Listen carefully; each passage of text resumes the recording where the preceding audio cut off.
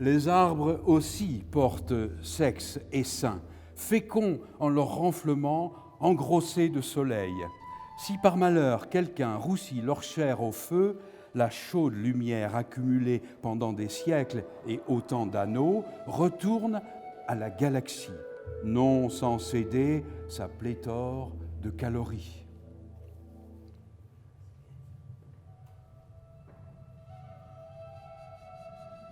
Tout spectre fantôme est-il nécessairement adulte ?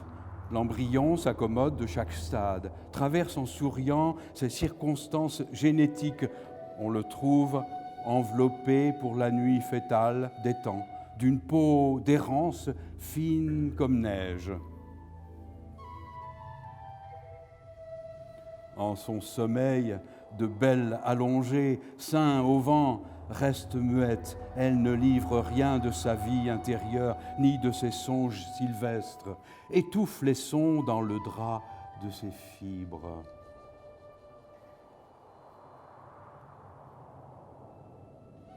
Le bon satyre cornu gîte en son arbre, innerve l'écorce, invite à la dérision et, pour que ses formes nous soient intelligibles, ses vertus à nous ressembler.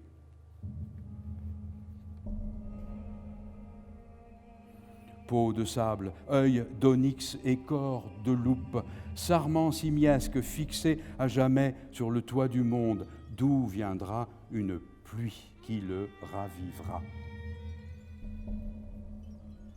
Le bois et par conséquent l'arbre n'a peur de rien, sauf de la caresse mortelle des flammes. Si tel acacia se montre épouvanté, ce n'est pas que l'exilophage le menace, non, il les héberge volontiers dans ses nervures. Ce qui cause l'effroi du géant végétal est la perspective de ne pouvoir redevenir soleil et que, pour toujours, on le tienne à l'écart de sa lumière maternelle, qu'il finisse couché sur le sol, vil, engrais et pendu sous un tapis de feuilles. Que font les arbres qui s'aiment ? Ils se touchent, se caressent du bout des doigts, s'enroulent, se lovent, s'adossent tronc à tronc, beau fût de bois pointé vers le ciel. Les arbres sont-ils pour autant pris à pic, plantés qu'ils sont dans la tiédeur du terreau meuble ? L'amour ligneux est au végétal ce qu'est le diamant à la torpeur, le vif argent à l'enclume. Langue ou lèvres de bois, la bouche des arbres ne saurait dissimuler l'étonnement qui est celui des forêts quand survient le printemps. Dans une explosion de jeunes vers, de nouvelles frondaisons, elles profèrent d'elles-mêmes ce « oh » d'admiration. Pour s'exprimer, dire le monde, les grands platanes disposent de bien mieux que les mots. Ils ont les nœuds, le branchage, la frondaison et la mue hasardeuse des écorces. Émaux et camées, pour la plus grande gloire de la femme, ensevelie entre les racines, joyaux de bois sertis d'écorce dont il reconstitue le dessin du visage, lentement transporté vers le haut. Il est là, tapis sous le feuillage ombreux, végétal parmi les végétaux, serein, étendu comme le silex, adorateur au sang-froid, désastre de lumière. Mousse fourrure, mousse énigme, mousse velours, mousse mystère, mousse étoffe, mousse toison, brocart et fil d'émeraude, courtine pour la face cachée de la forêt et son envers. Arbre attente, arbre patience, bois serein, écorce souterraine, feuillage docile, tronc tapissé de poils de chien, animal racine, berger végétal, lévrier atterré, végétal soumission au maître tellurique, inespoir invétéré, soif stellaire d'un buveur de soleil, pituite de rosée. Quand l'arbre atteint sa maturité et ne vise que la sérénité, il peut prendre pour modèle le minéral qui l'entoure. il observe la pierre et suit son exemple de dureté muette, reste sourd aux appels des tempêtes, à la furie des ouragans glacés. Comment ne pas se gausser des infusoires, amibes et autres créatures automobiles, condamnées à se mouvoir toujours? Les arbres qui s'enchevêtrent, s'aiment peut-être, ne se combattent pas.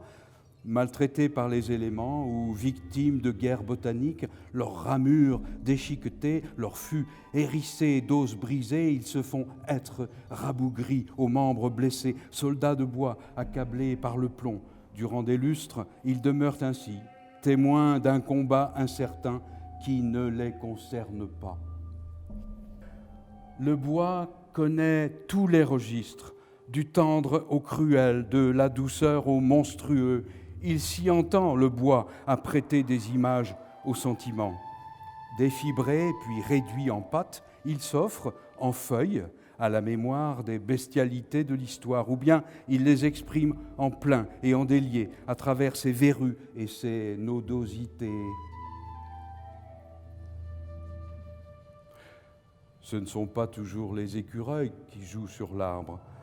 Sur son enveloppe d'écale, ce sont aussi de simples formes, issues de la volonté du monde. Tel voit sur sa peau 2 oiseaux se disputant une brindille, tel autre 2 hippocampes affairés.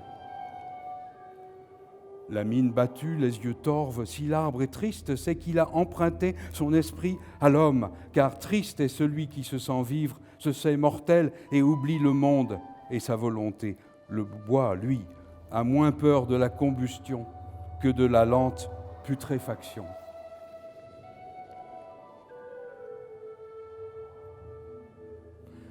La forêt, en son bestiaire, choisit ses animaux amis, belettes, écureuils et renards, imprime leur ombre sur l'écorce des jours.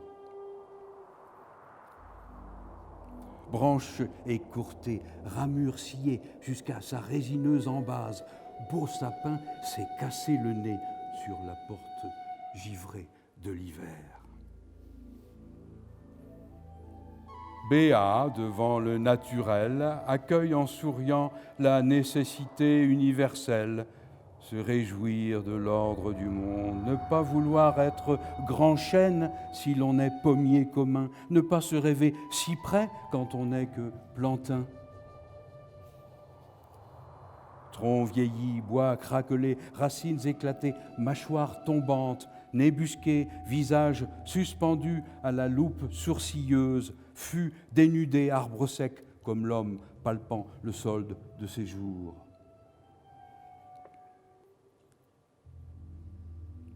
L'écorce, parfois, recouvre l'arbre non pas d'une armure souple, mais d'une conjonction de tesselles dures et espacées qui le font ressembler davantage à une mosaïque byzantine qu'à une créature végétale. Ses membres s'étirent alors, rigides, tentaculaires, selon d'inattendues circonvolutions. Quoi de plus uni à lui-même qu'un arbre ancien? Au fil des siècles, par cœur, il apprend un point unique dans le ciel, son zénith personnel, approfondit le même lopin d'éther, toujours et encore, sa perpendicularité radicale se joue des vents et compose avec eux de sylvestres mélodies sans âge. Cheveux bouclés, pensée frisée, dit un proverbe germanique. À l'arbre comme à l'homme, le monde impose ligne droite et rectitude.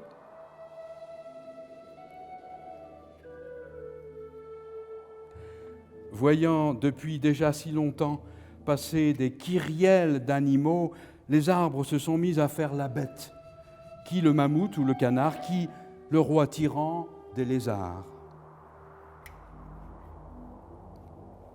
Col vert ou col de bois, plongeur des mares, de purcelin vêtu, oiseau plus léger que l'eau, aura plumage de feuilles. Ailes de ramure et poitrail d'écorce, ce Pégase-ci offre sa ruade aux roses bleutées d'un horizon discobole, sous les applaudissements des muses et des esprits de la plaine.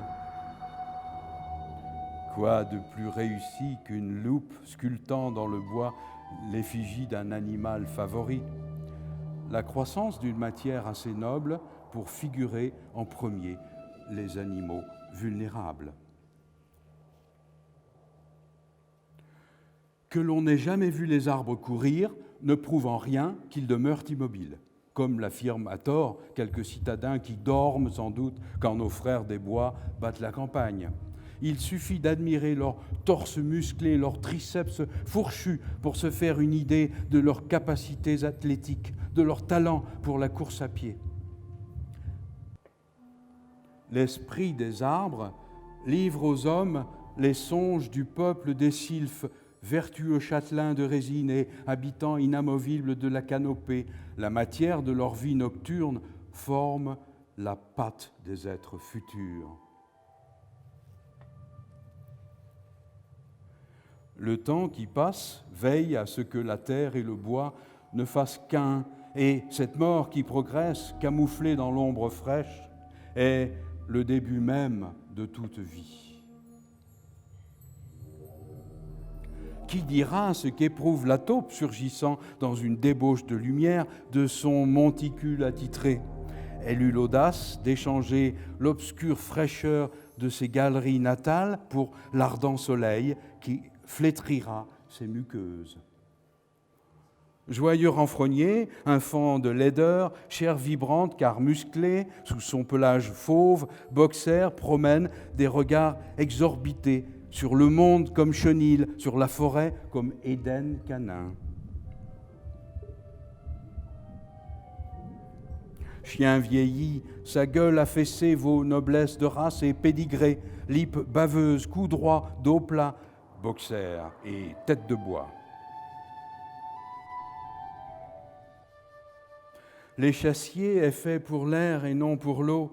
Il se reconnaît au jeu subtil de ses lignes. Les verticales le tiennent à l'écart du liquide, tandis que les courbes le profilent pour l'altitude. Striure cornée du saurien impavide, les crocodiles depuis toujours rivalisent d'écailles et d'écorce avec leurs frères verticaux des forêts humides. Tel voit dans ce tronc un couple d'académies enlacés posant pour un Modigliani d'aujourd'hui. Tel autre se souvient des apparitions mondiales de John Lennon et Yoko Ono, chantres de la nudité chimérique des concepts politiques non encore aboutis. Le bois lui sied aussi bien qu'une peau et l'écorce qu'un gant de poil. Les oreilles plaquées contre le fût, il écoute le flux secret de la sève, le tressaillement des anneaux. Grands arbres, évidés ou non, votre voix émane de ce tambour debout que forme votre fût enrobé d'écorce et de mousse, royaume du kermès, du puceron et de l'araignée rouge. Quand le minéral dort, 1000 fois plus silencieux encore que la fourmi ou le lézard, sa masse atteint des sommets de grave somnolence.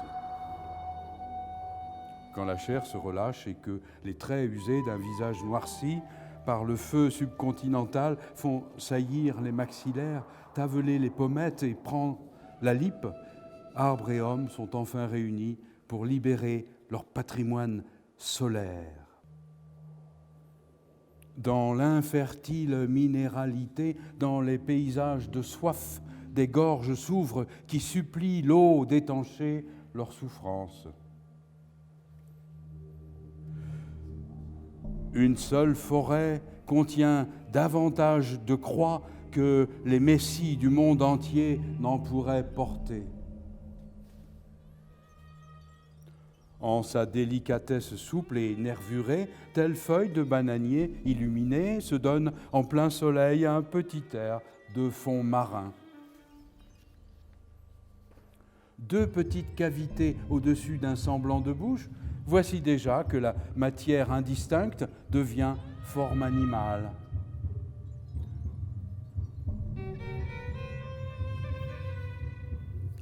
Peau sèche, prunelle, bleu ciel et bajou charnu, écorce de toile, aubier de drap, âge tendre, c'est la fête du bois.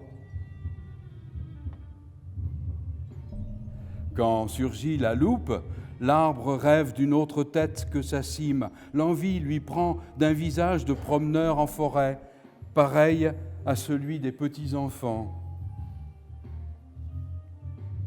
Tête hirsute d'une profusion d'idées ou d'épines pointées vers le ciel en couronne, comme celle d'un platane sauveur ou d'un agneau du monde.